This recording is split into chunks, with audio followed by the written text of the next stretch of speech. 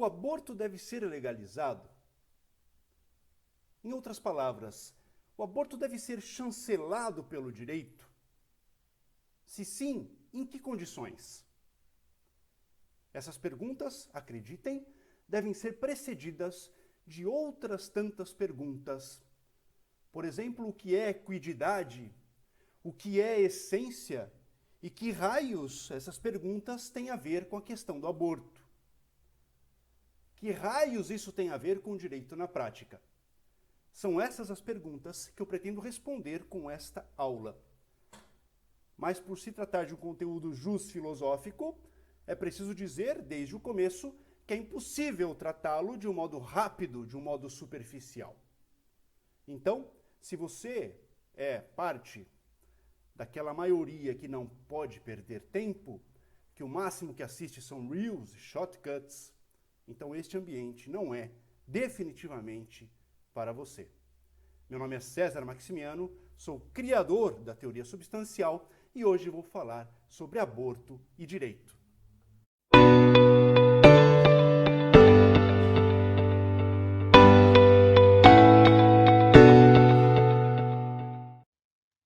Meus caros, sejam todos bem-vindos. Hoje nós vamos tratar de um assunto ligeiramente espinhoso, não é? O aborto e o direito. E como nós vamos tratar deste assunto? Bem, desde que eu tomei contato com o modo de conhecimento aristotélico tomista, eu defendo que as respostas a todas as perguntas só são possíveis se elas tomarem como base o fundamento daquilo que é objeto do nosso questionamento. Em outras palavras, é dizer que uma resposta, por exemplo, acerca da legalidade ou não do aborto, só pode ser uma resposta completa se partir da base elemental, fundamental da questão. Dito isso, vamos começar esse exercício intelectual, filosófico, que é o de partir do básico para o complexo.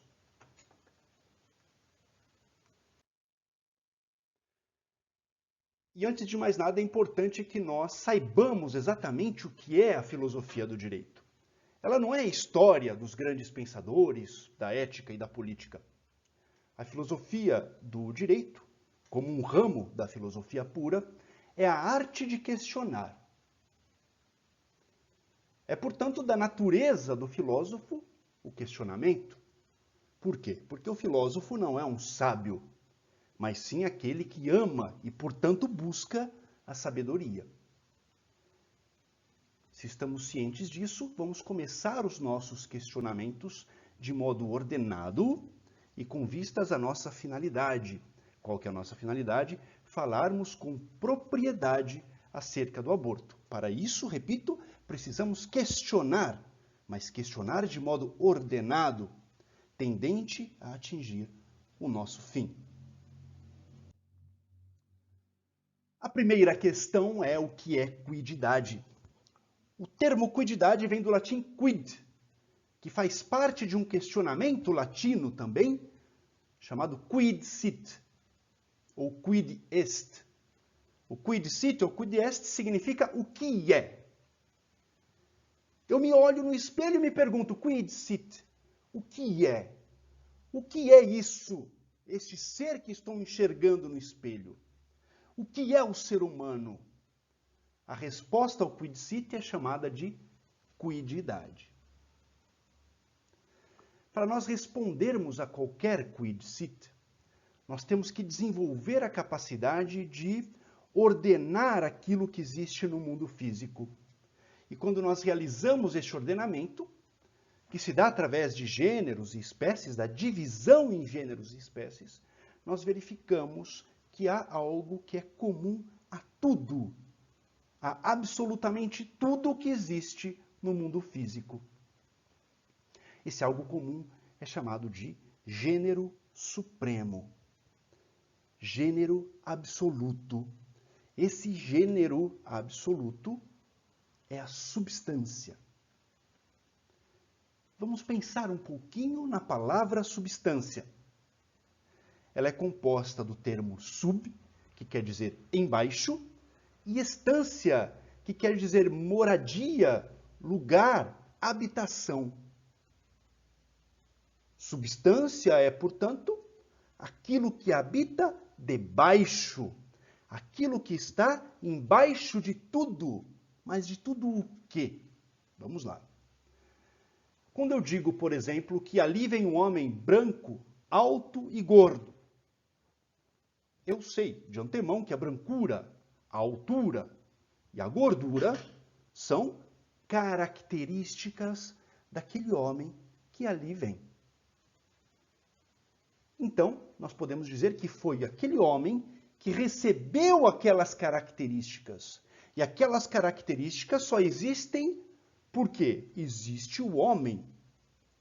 Existe o homem que sustenta aquelas características. O homem, portanto, é o sustentáculo daquelas características. Peguemos outro exemplo, uma toalha branca. A brancura da toalha só existe porque a toalha sustenta essa brancura. Um cachorro raivoso. O cachorro raivoso sustenta a raiva.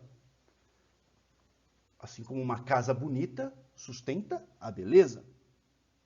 Então vocês já devem, neste momento, ter conseguido enxergar o que é aquilo que está embaixo do branco, do alto e do gordo. Aquilo que está embaixo do branco, alto e gordo é o homem.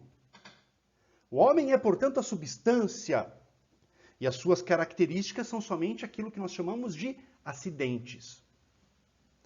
A toalha é a substância e a brancura é o seu acidente. O cachorro é a substância e a raiva é o seu acidente. A casa é a substância e a beleza é o seu acidente. Então, tudo o que existe no mundo físico é substância, absolutamente tudo. A substância, portanto, é esse gênero supremo. É daí que parte todo o resto do conhecimento. Esse gênero supremo é subdividido em duas espécies. Toda e qualquer substância existente no mundo ou é vivente ou é não vivente. Um mineral, por exemplo, é uma substância não vivente. Entre as substâncias viventes, há ainda duas espécies. Elas são ou vegetais ou animais. Qual que é a diferença entre o vegetal e o animal? A diferença aqui é a locomoção. Se uma substância vivente não se locomove, ela é considerada um vegetal. E é por isso, inclusive, que nós denominamos pessoas acidentadas, pessoas enfermas, que perderam completamente a capacidade de locomoção, como pessoas em um estado vegetativo. Do outro lado, se uma substância é vivente e se locomove, ela é considerada como um animal. E a espécie animal aqui vira gênero.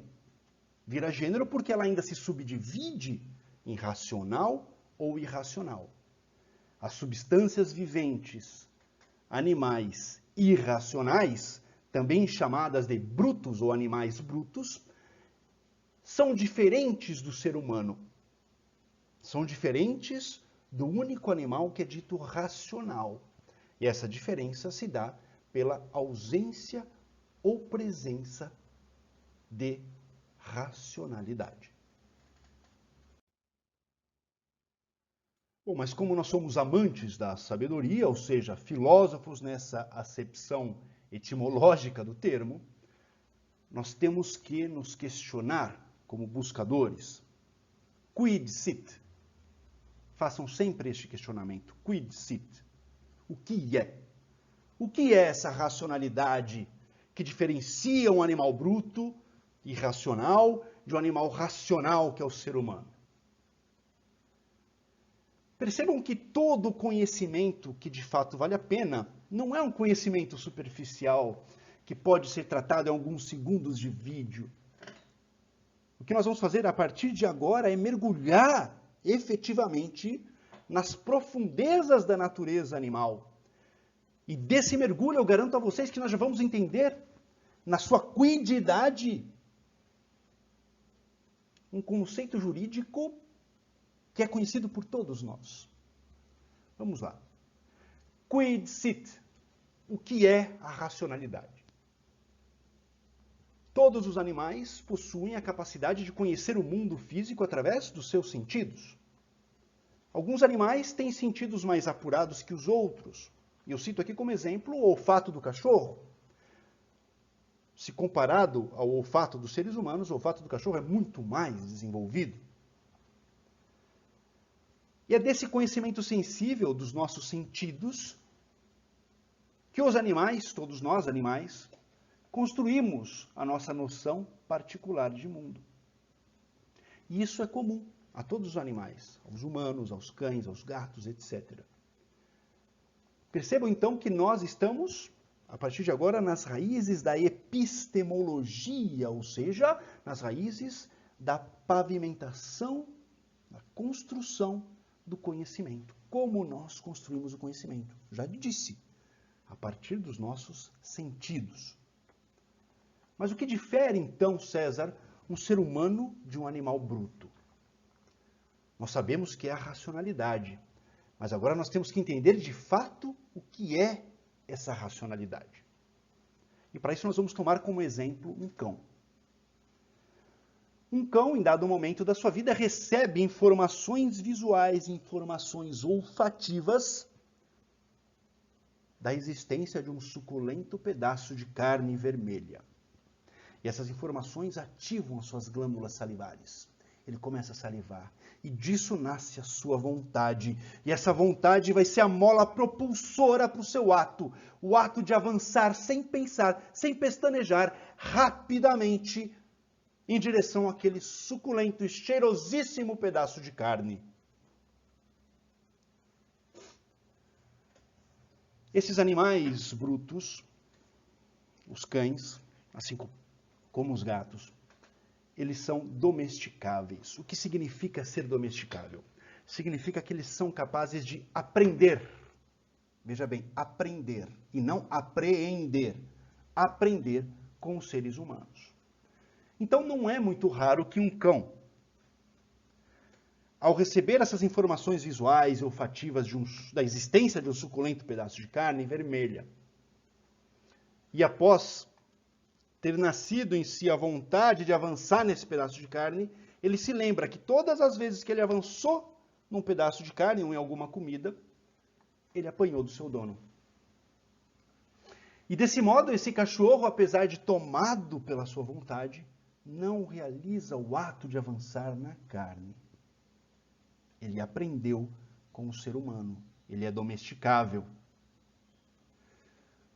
O ser humano, por óbvio, também é capaz de realizar esse controle sobre a vontade. Mas a racionalidade não é exatamente isso, porque se fosse isso, o cachorro domesticado, seria um animal racional.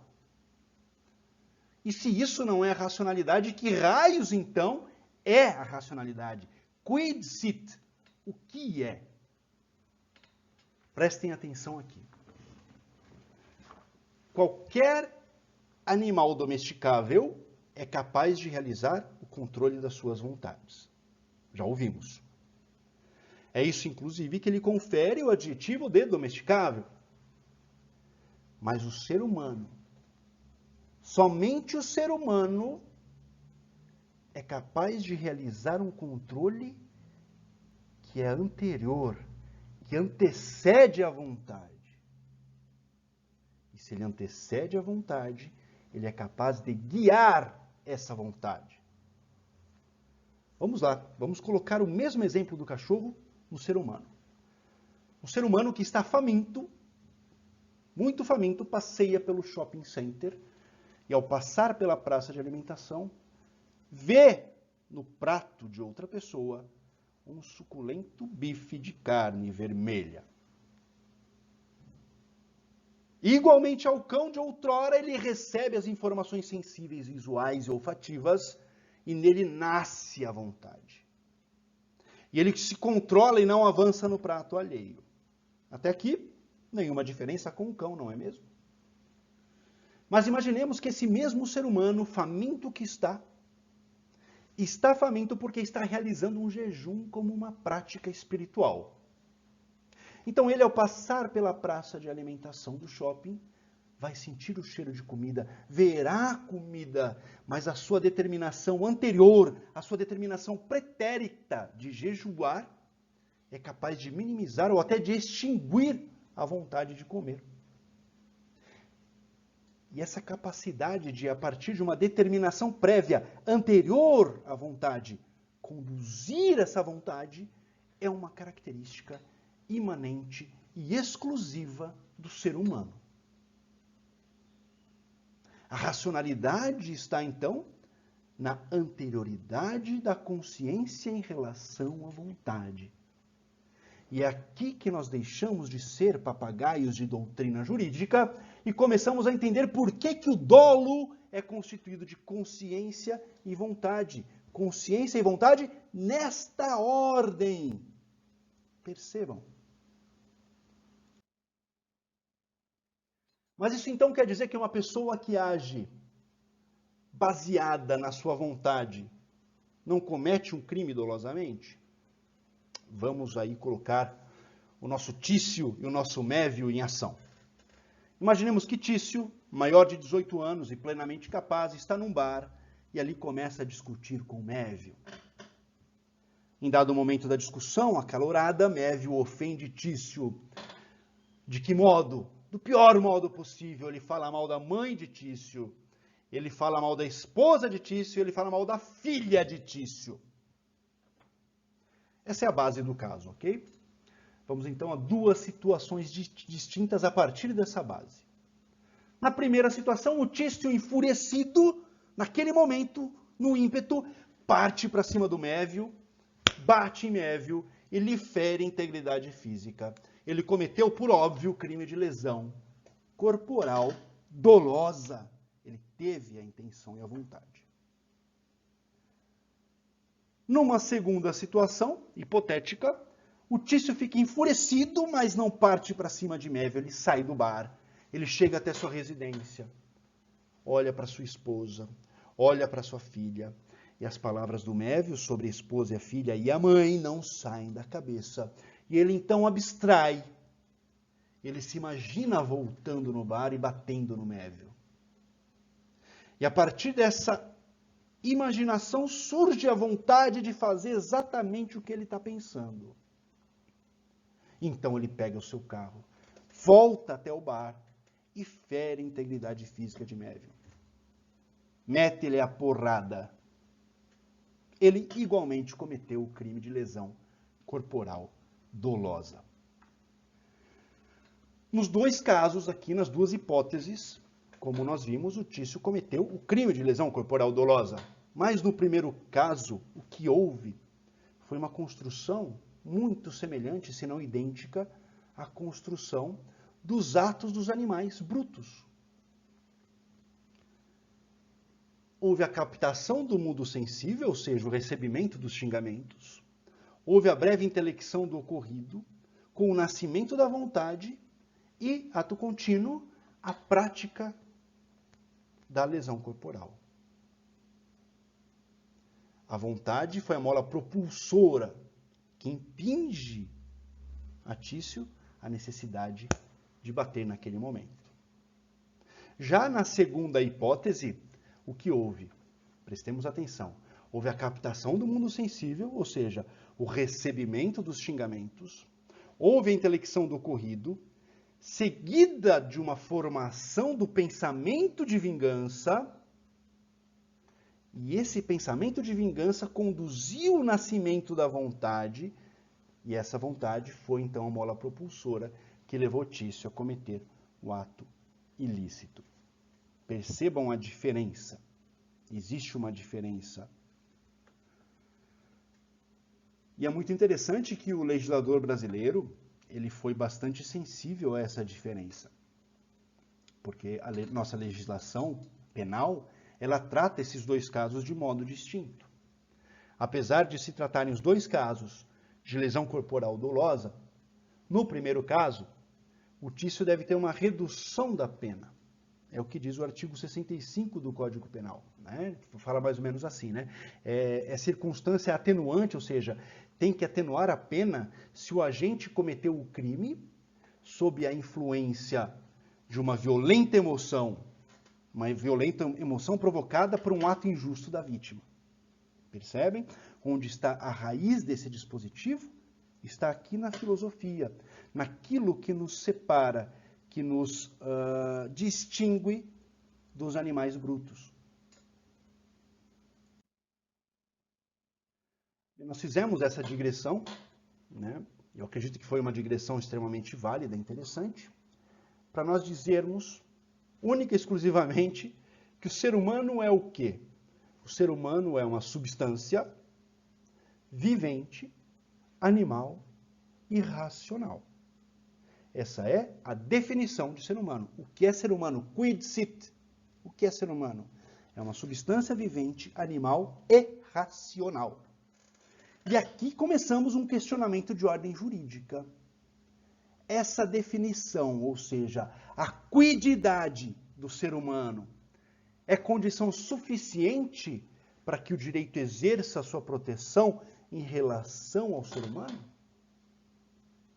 Em outras palavras, é a substância vivente, animal e racional que o direito deve proteger? Se a resposta for positiva, nós podemos dizer então que o aborto, e todo tipo de aborto, deve ser legalizado.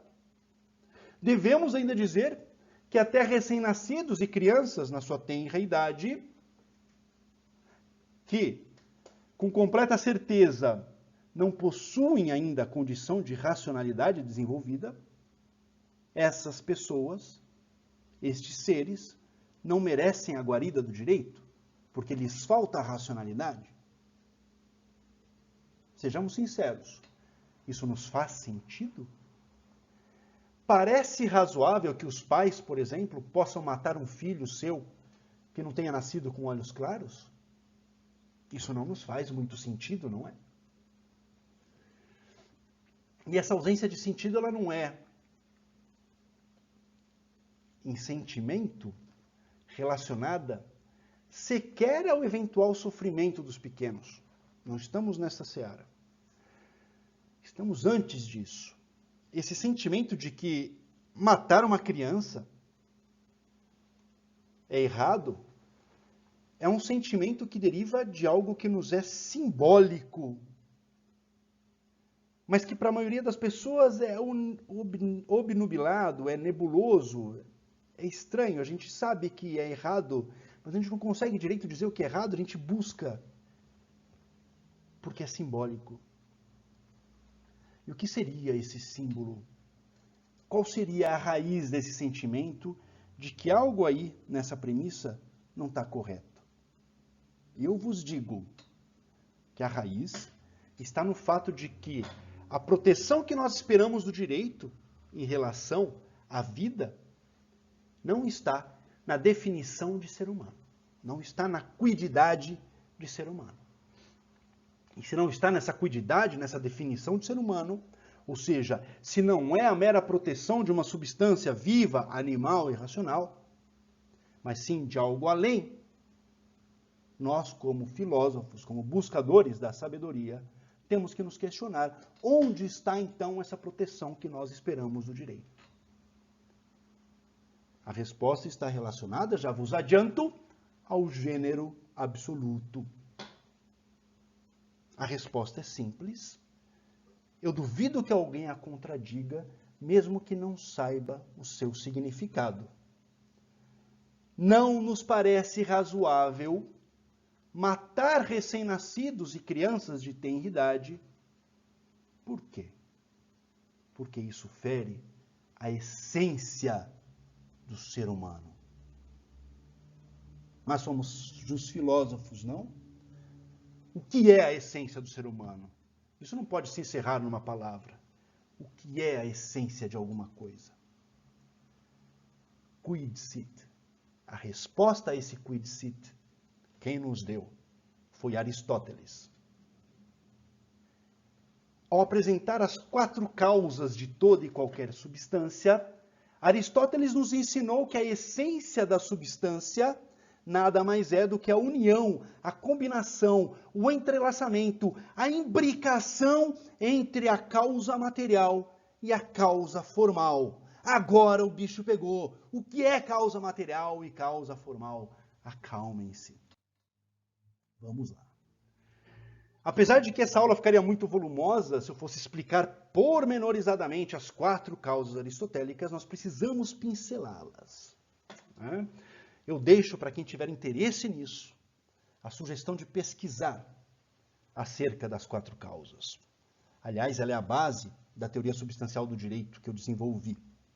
Por isso que eu falo que eu sou criador, não sou criador de nada, né? Quem criou foi Aristóteles. Quem descobriu foi Aristóteles.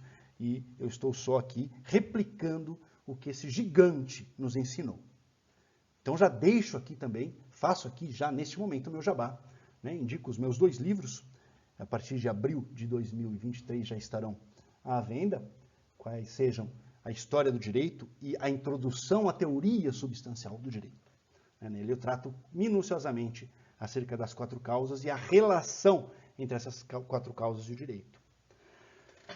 Bom, o que eu faço lá nos meus livros é a substanciação do direito. Eu trato o direito como uma substância e então eu descubro as 4 causas dele, para que nós possamos saber exatamente o que é o direito, né?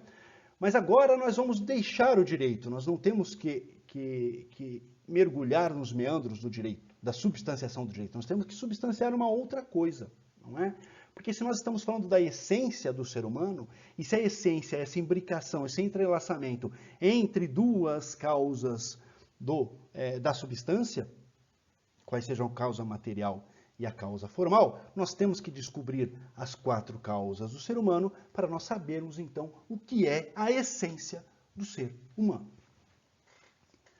Então, vamos lá. Qual é a causa material do ser humano?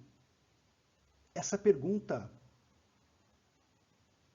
é a mesma pergunta do que é fisicamente feito o ser humano. O ser humano é feito simples, de matéria orgânica. Então, a matéria orgânica é a causa material do ser humano. E qual que é a causa final do ser humano? Para que o ser humano existe?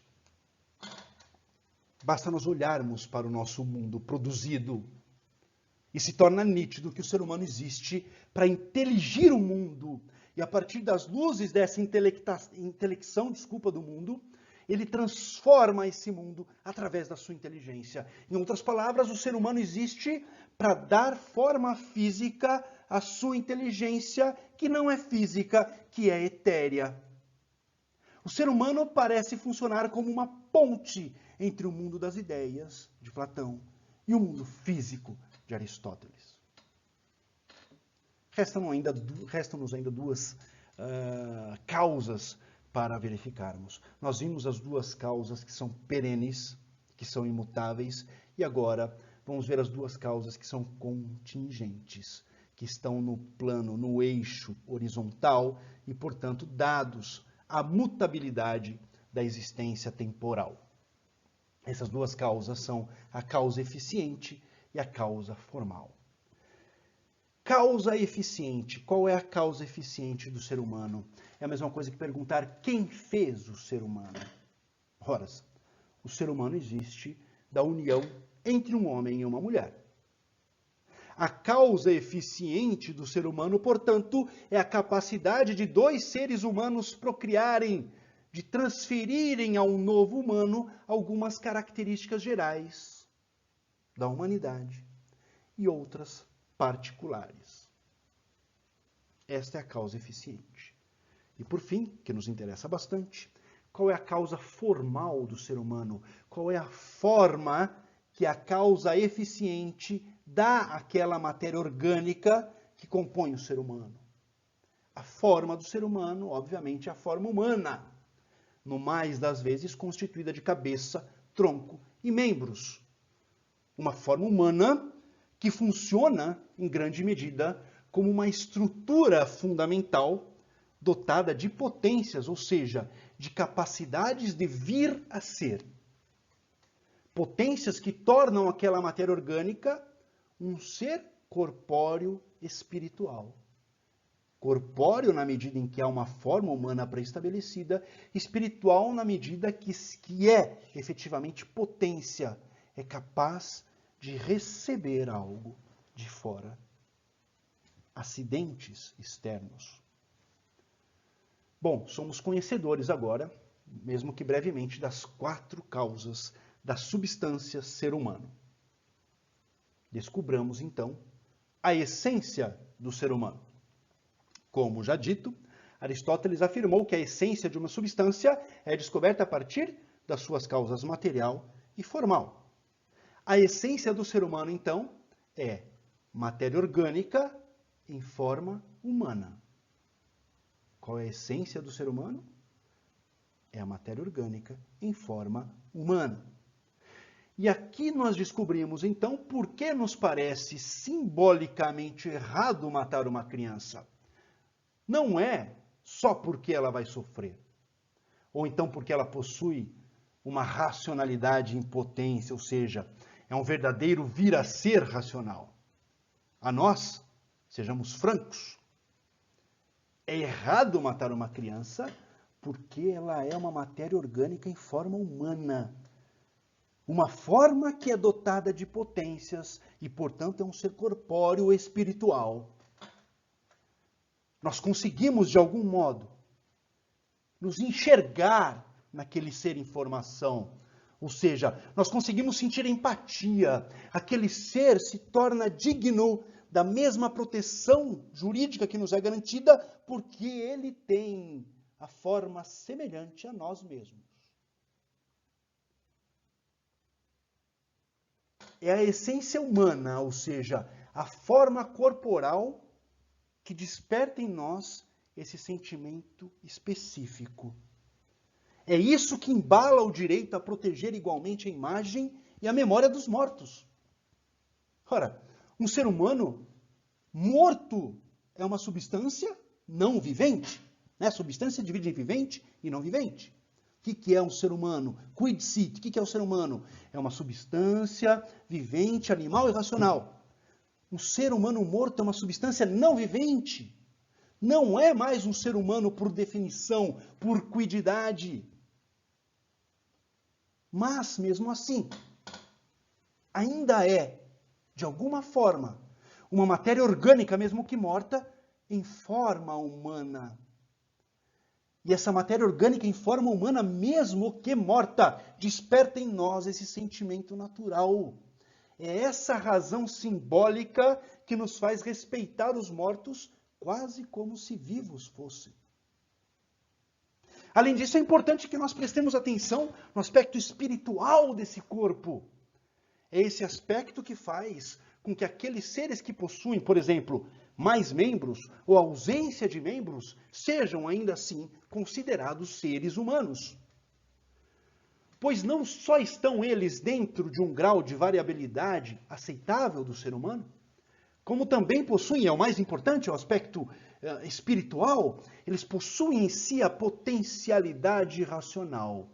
Mas não nos esqueçamos, trata-se naturalmente de um sentimento que nasce de um símbolo, é um sentimento simbólico, a matéria orgânica em forma humana. Essa característica simbólica sempre existiu. Independentemente do tempo e do lugar, o ser humano, ao ver um outro ser humano, tende a nutrir no seu íntimo um grau, mesmo que mínimo, de empatia. Foi essa característica humana que levou o grande Aristóteles a formular aquela sua frase, em que ele diz que o homem é um animal político, ou seja, o homem é um ser que se realiza em si e com os outros. O homem é, portanto, um animal de alteridade, que leva em consideração a existência de outro, de outros. E agora, com o avanço das ciências, nós entramos no princípio da epistemologia. Avançada a ciência, nós acabamos descobrindo como funciona minuciosamente a formação do ser humano. Nós passamos a conhecer, em alguma medida, e é inclusive matéria de colegial, antigo colegial, ensino médio hoje, né? Passamos a conhecer a fertilização, que passa pelo zigoto, pelas clivagens, pela nidação, pela formação dos anexos do embrião, né, os anexos embrionários, até formar um feto que tem as feições de um ser humano, ou seja, um feto com propriamente a essência humana, uma substância viva, composta de matéria orgânica e com forma de ser humano. Dada a ciência, nós passamos a saber que aquela matéria orgânica, mesmo que disforme, mesmo que não tenha ainda a presença, essencialmente, uma característica humana, aquela matéria disforme, nós sabemos por conhecimento que ela tem dentro de si um mapa genético que vai proporcionar a construção dessa forma humana. E é nesse sentido epistemológico, e não mais no sentido simbólico que nos toca naturalmente, que nós talvez passemos a ter empatia pelo embrião, que é anterior à forma humana. Em outras palavras, é dizer que enquanto nós, como humanos, olhamos para um feto com forma humana, e pela força simbólica da forma humana, nós nutrimos por aquele feto empatia, se nós, a olhos nus, e sem sabermos que se trata de um feto humano, nós nos depararmos com uma massa de matéria orgânica disforme, nós naturalmente não seremos atingidos pela paixão daquele embrião. E aqui o termo paixão tem um sentido filosófico, ou seja, uma força externa, uma força que vem de fora e nos arrebata. É isso que eu quis dizer com paixão. Tá? Então, se nós olhamos uma massa disforme sem saber que ela é um embrião, nós não somos atingidos naturalmente por essa paixão. Quando falamos da vida humana anterior à forma humana, nós estamos falando de uma compaixão epistemológica, ou seja, de uma compaixão derivada de um construto, de uma construção do saber, e não de uma compaixão, de uma empatia que é natural, que é simbólica e que, portanto, é atemporal per si. A defesa da vida humana antes da forma humana, então, é fruto de uma compaixão, de uma empatia que é secundum quid, ou seja, de acordo com. De acordo com o quê? De acordo com o conhecimento, de acordo com a episteme relacionada à formação do ser humano. A ciência traz, então, para nós o conhecimento que nos desperta uma empatia, talvez nos desperte uma empatia, secundum quid, mas não direta, não per si. E é nesse sentido que o nosso Código Civil, no artigo 2º, coloca a salvo, desde a concepção, os direitos do nascituro, daquele que virá a nascer. Para o direito ele não é um sujeito de direitos ainda, porque ele ainda não nasceu. Mas devido a essa compaixão, a essa empatia que é secundum quid, ou seja, a essa compaixão derivada do conhecimento acerca da gestação humana, é por conta disso que o direito brasileiro coloca os futuros direitos do nascituro a salvo desde a concepção. Percebam que estudar filosofia é estudar as origens dos princípios mais básicos do nosso próprio ordenamento jurídico. Vamos prosseguir. Ainda existe um outro sentido que avança ainda mais na compaixão e na empatia, que é o sentido espiritual religioso. A Igreja Católica, por exemplo, na criação do seu dogma a respeito da vida humana, ela não se fia na definição de ser humano, que é substância, vivente, animal, racional. Ela também não se fia na essência do ser humano. Para a Igreja, não se deve somente colocar a salvo essa substância vivente, animal, racional. Também não se deve só colocar a salvo a matéria orgânica com forma humana. deve se colocar a salvo para a igreja, prestemos atenção, a igreja católica, a própria vita vi, ou seja, a própria força da vida, aquilo que é capaz de gerar uma vida, a força geratriz. O Papa Paulo VI escreveu no ano de 1968, a Humanae Vitae. A Humanae Vitae é uma encíclica papal que esclarece a visão da igreja acerca desse tema. Como para a igreja a vita vi, a força da vida, é sagrada, essa força da vida não pode ser desperdiçada. Desperdiçar a vita vi para a igreja é abortar. Desperdiçar a vita vi para a igreja é esterilizar o homem e a mulher, seja essa esterilização perpétua, seja ela temporária. Desperdiçar a vita vi para a igreja católica é, por exemplo, no ato conjugal, querer tornar impossível a procriação. Desse modo, para o dogma da Igreja Católica, tanto o aborto quanto a utilização de qualquer método contraceptivo, bem como até a própria masturbação, são todos atos atentatórios à vida humana. E se não à vida humana, à vita vi, a essa força geratriz, a essa força que gera a vida. Bom, eu acredito que nós conseguimos até agora, do começo da aula até aqui, abarcar todo o espectro referente à proteção da vida. Mas a pergunta que nos resta ainda é a seguinte: qual deve ser o grau de proteção à vida que o direito deve adotar? Quais dessas teses, desses conhecimentos que nós trouxemos até agora, o direito deve levar em consideração para se posicionar? Para nós respondermos a essa pergunta, nós temos primeiro que entender o que é o direito, ok? Nós já entendemos o que é a vida em todos os seus espectros epistemológicos de conhecimento.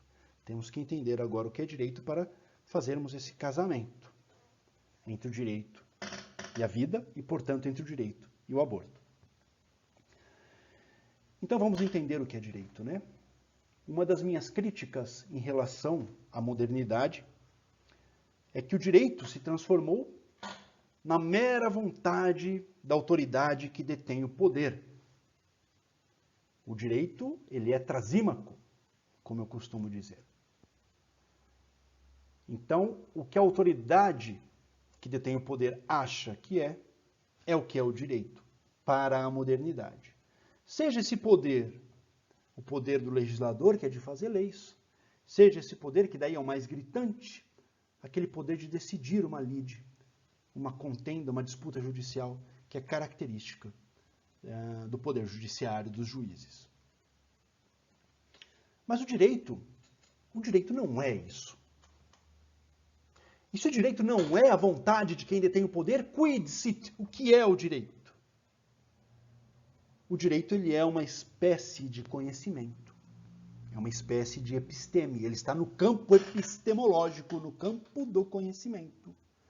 Por quê? É a partir da atividade do jurista que se conhece, que se intelige o caso concreto, seja esse caso concreto real, seja ele hipotético e genérico, que é no caso das leis. E a partir dessa intelecção, desse conhecimento do caso concreto, é que se desenvolve uma norma para a solução de um problema real. Percebam? Está tudo dentro do campo do conhecimento, da intelecção, da episteme. Então, se sabemos que o direito é uma espécie de conhecimento, por quê? Porque ele pretende conhecer o caso concreto e produzir um certo conhecimento capaz de resolver uma situação específica, nós vamos verificar onde ele se encaixa dentro desse universo epistemológico. Ok? O conhecimento é uma espécie que se divide em dois gêneros, ciência e arte. A ciência é o conhecimento puro, é o conhecimento intangível, que apesar de basear a produção real de coisas, ele não produz por si só nada a não ser o próprio conhecimento. Vamos citar como exemplo a matemática e até a própria filosofia. A arte, por sua vez, é o conhecimento pelo qual se produz alguma coisa. E essa produção é um algo chamado artefactum. Artefato, artefactum, feito através da arte, feito da arte. Aquilo que é feito pela arte. A arte da marcenaria, por exemplo, é a arte de produzir objetos em madeira, assim como a arte do direito é a arte de produzir normas a partir do caso concreto. Contudo, sabermos o que é o direito, sabermos que o direito é a arte de produzir normas, não é ainda suficiente para nós sabermos o que o direito deve pensar acerca do aborto, porque esse é o nosso objetivo. É preciso que saibamos que essa arte de produzir normas tem um fim, uma finalidade, uma razão de ser, um telos, uma causa, portanto, teleológica, final, finalística. E essa finalidade do direito é a justiça. O direito existe para quê? Para atribuir a cada um o que é seu. Sum cuique tribuere. Já conseguimos, então, definir o direito. Ele é a arte da justiça, ou seja, a arte de atribuir a cada um o que é seu. Será que agora já conseguimos discernir se o direito deve ser favorável ou contrário ao aborto lato sensu? A resposta ainda é negativa. É negativa porque o direito, apesar de estar conectado a uma matriz perene, vertical, nada mais é que uma representação física, uma representação humana e, portanto, falha, extremamente falha e inconstante desse pivô que é imutável. Dito isso, é necessário afirmarmos que para nós acharmos determinado direito, ou seja, para nós encontrarmos a solução de um caso concreto, nós precisamos situar esse caso concreto no espaço e no tempo. Ou seja, naquilo que o filósofo Hegel chamou de Volksgeist. Volks é povo e Geist é espírito. Nós podemos traduzir Volksgeist como espírito de uma época, espírito de um determinado povo em determinada época. Sem isso, sem essa localização temporal e geográfica, nós não conseguimos produzir o direito. E aqui vamos ao exemplo.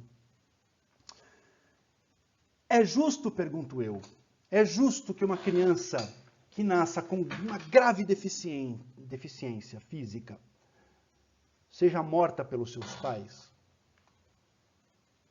É justo? A maioria talvez esteja dizendo não. Mas a resposta nem sempre é a mesma. Peguemos como exemplo uma tribo de índios silvícolas, ou seja, índios que não tiveram contato mínimo com uma sociedade, que não seja a sua, né?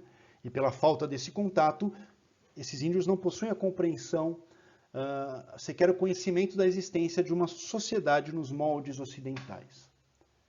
Então, por se tratar de uma tribo que é isolada dessa ocidentalização, uma tribo onde não existe qualquer estrutura social que sirva de amparo a todo aquele indivíduo pertencente a essa tribo, que não consegue garantir a sua própria subsistência, que não consegue auxiliar na subsistência, na existência da sua tribo, nos parece não só viável, como também natural o cometimento do infanticídio. Mas o mesmo não pode se dizer de uma criança que nasça, por exemplo, com uma grave deficiência, com a mesma grave deficiência daquele índio, no seio de uma sociedade que é urbanizada. Trata-se de um contexto social e, portanto, existencial que é distinto, onde existe uma estrutura social de amparo a todos aqueles que não conseguem garantir a sua subsistência, aqueles que não conseguem auxiliar na subsistência da sua família. E há de se fazer um registro aqui, muito importante, não é à toa que a virtude teologal da caridade não surgiu entre índios, não surgiu em sociedades primitivas, surgiu no seio de sociedades urbanas, porque nelas é possível falar acerca de caridade. Feita essa ressalva, que é a de que não existe uma resposta jurídica absoluta ao tema aborto, prossigamos então nós com essa investigação filosófica a partir daquilo que nós temos, nós brasileiros, urbanos ou rurais, temos como uma sociedade, que é algo minimamente estruturado.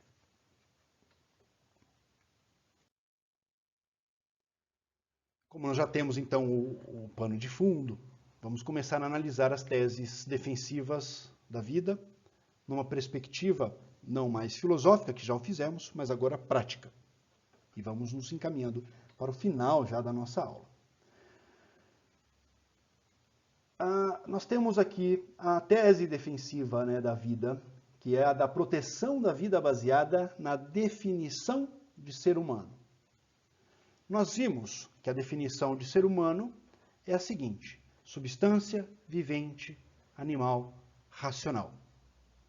Vimos também já que ela não é suficiente para a proteção jurídica à vida humana, uma vez que ela exclui, por exemplo, embriões, fetos e até crianças que naturalmente ainda não desenvolveram as suas capacidades racionais.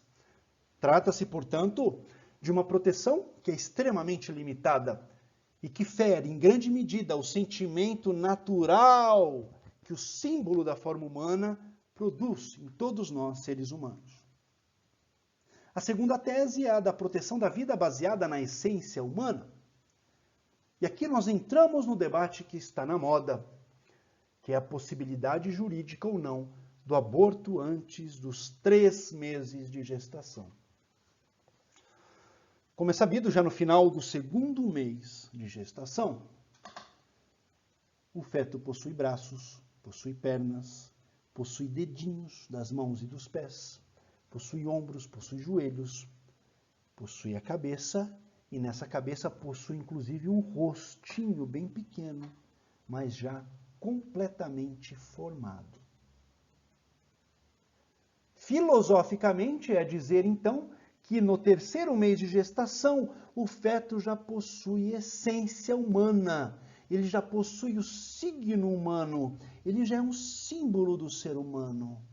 Portanto, filosoficamente, quem defende o aborto nessas condições está, sob a perspectiva essencial, no seu sentido filosófico, contrariando uma regra que nós vimos é natural, é intrínseca, é infusa no ser humano. É aquela propensão à empatia, aquela propensão à compaixão que deriva do simples fato de enxergar um outro ser humano para além de si mesmo, a alteridade. Nós não precisamos aqui sequer adentrar aos meandros da estrutura social para darmos a resposta jurídica a essa modalidade de aborto. Ela é contrária à natureza humana. E se ela é contrária à natureza humana, ela é contrária à juridicidade humana, porque a juridicidade humana é um derivado da natureza humana. Mas e o aborto, por exemplo, até a 5ª semana de gestação?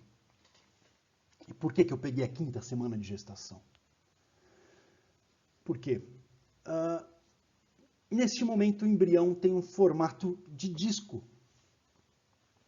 Ele é um platô. Ele parece uma sola de sapato. Literalmente uma sola de sapato.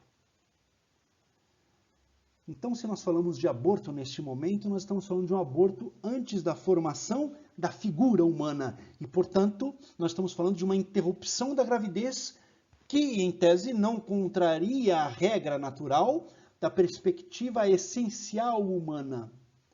Afinal de contas, o embrião não se parece com o feto, e apesar de já ser um ser vivo, ele não possui sequer tubo neural, ou seja, não há, ou não haveria ali, qualquer tipo de sofrimento. Bem, a terceira tese é a proteção à vida baseada na epistemologia embrionária, fazendo um contraponto ao que acabamos de falar. As perspectivas cabíveis para a proteção dessa forma de vida, que ainda não é dotada de uma forma humana, são, como vimos, duas: a epistemológica e a espiritual religiosa, né? Vamos tratar primeiro dessa aqui e a outra vai ficar esclarecida em ato contínuo. Nós acabamos de ver que quem defende a possibilidade de aborto nessa fase de gestação, até a 5ª semana, por exemplo, não está contrariando a proteção derivada da definição de ser humano, ou seja, não contraria a proteção à substância viva animal e racional. E também não contraria a proteção derivada da essência humana, aquela proteção simbólica, imanente, natural, infusa no ser humano, que protege toda e qualquer massa orgânica com forma humana. Mas nós vimos que a ciência, ou seja, o conhecimento de que se trata de um ser vivo que é essencialmente humano, somente em potência e não em ato, ou seja, é um ser que tem capacidade de vir a ser humano, assim como uma semente tem capacidade de vir a ser árvore.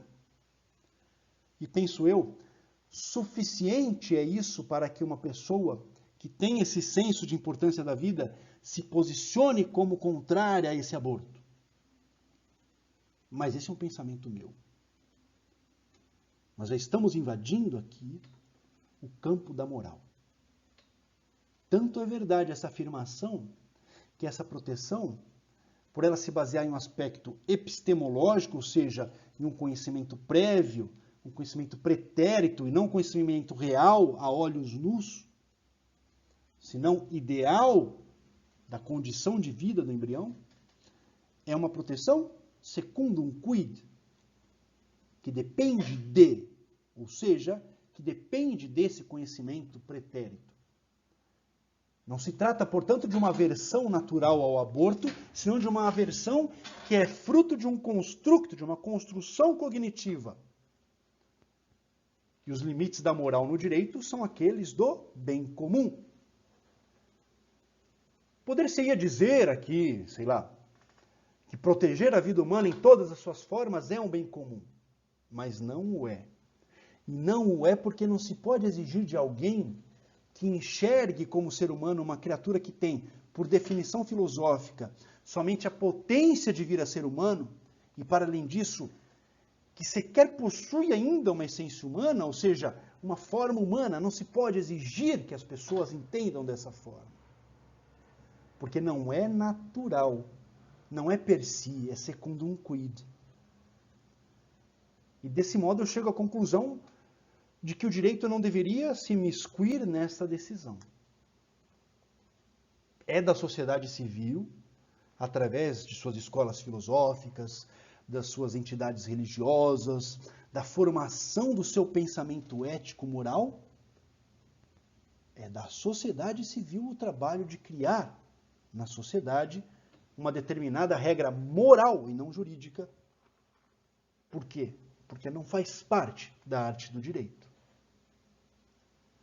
Bem, dito isso, é óbvio, então, que a proteção à vida baseada em dogmas espirituais, religiosos, é algo que sequer deve, ou ao menos deveria, tocar a esfera jurídica. Imaginem, por exemplo, leis proibindo a masturbação, leis proibindo a felação, que é o sexo oral, leis proibindo o coito interrompido, leis proibindo a utilização de métodos contraceptivos.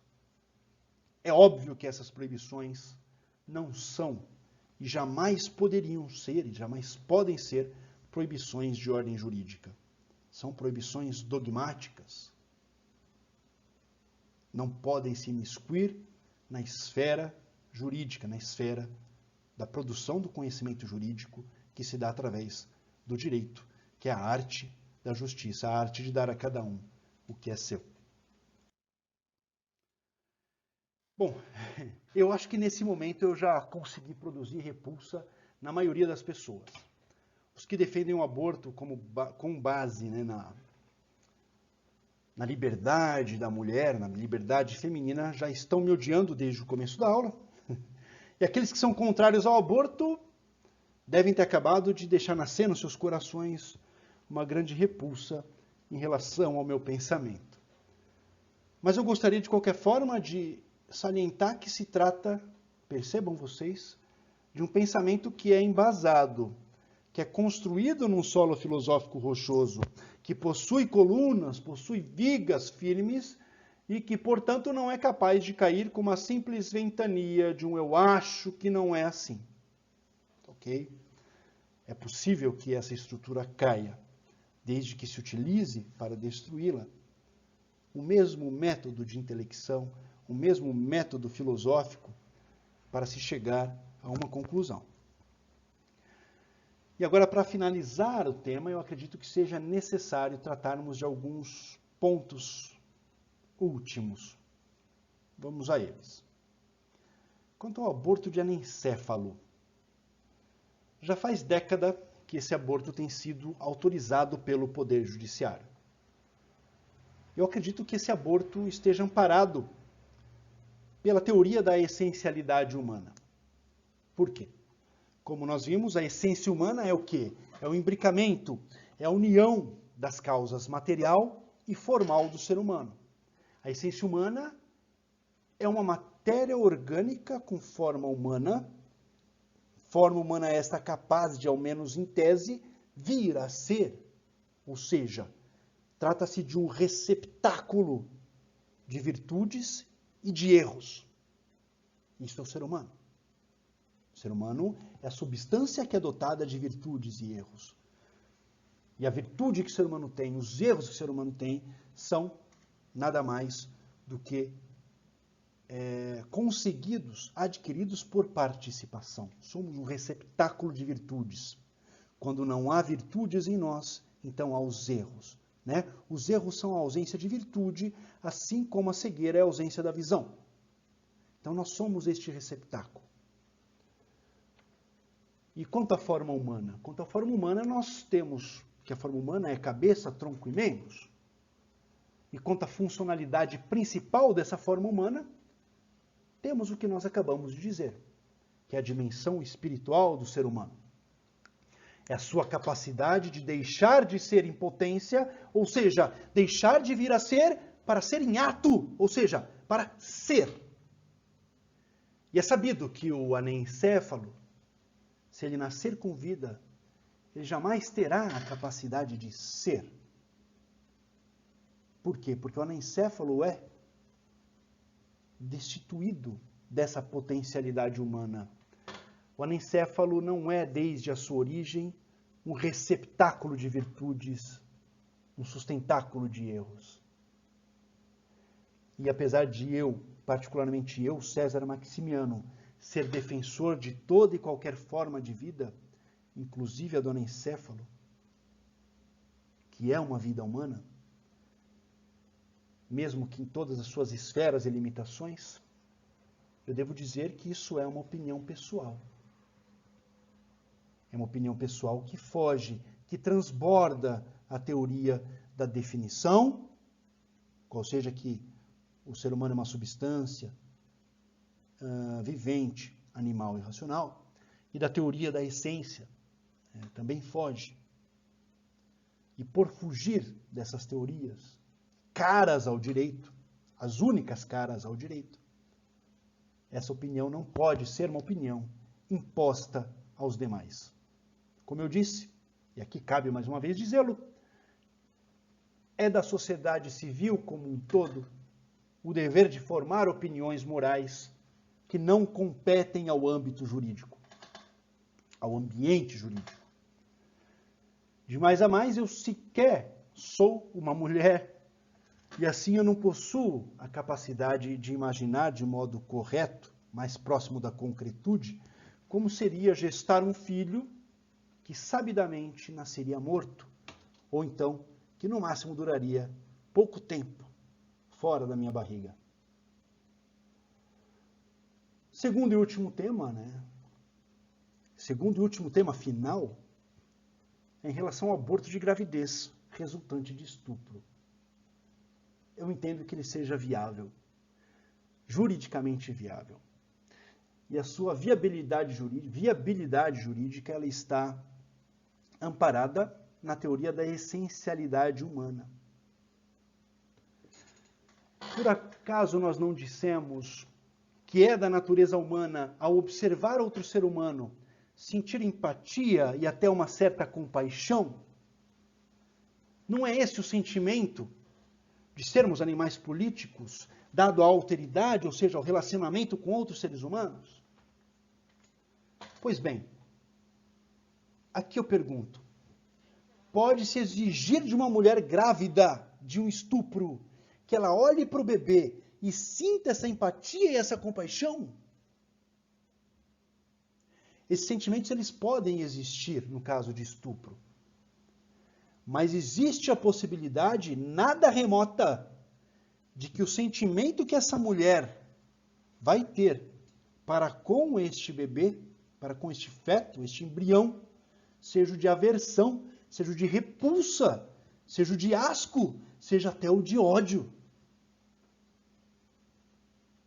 É um sentimento que também é epistemológico, que também é secundum quid, na medida em que ele só existe através da ciência, do conhecimento de que aquele ser humano que a grávida está a gerar é fruto de uma violência que marcou a existência dessa mulher para sempre.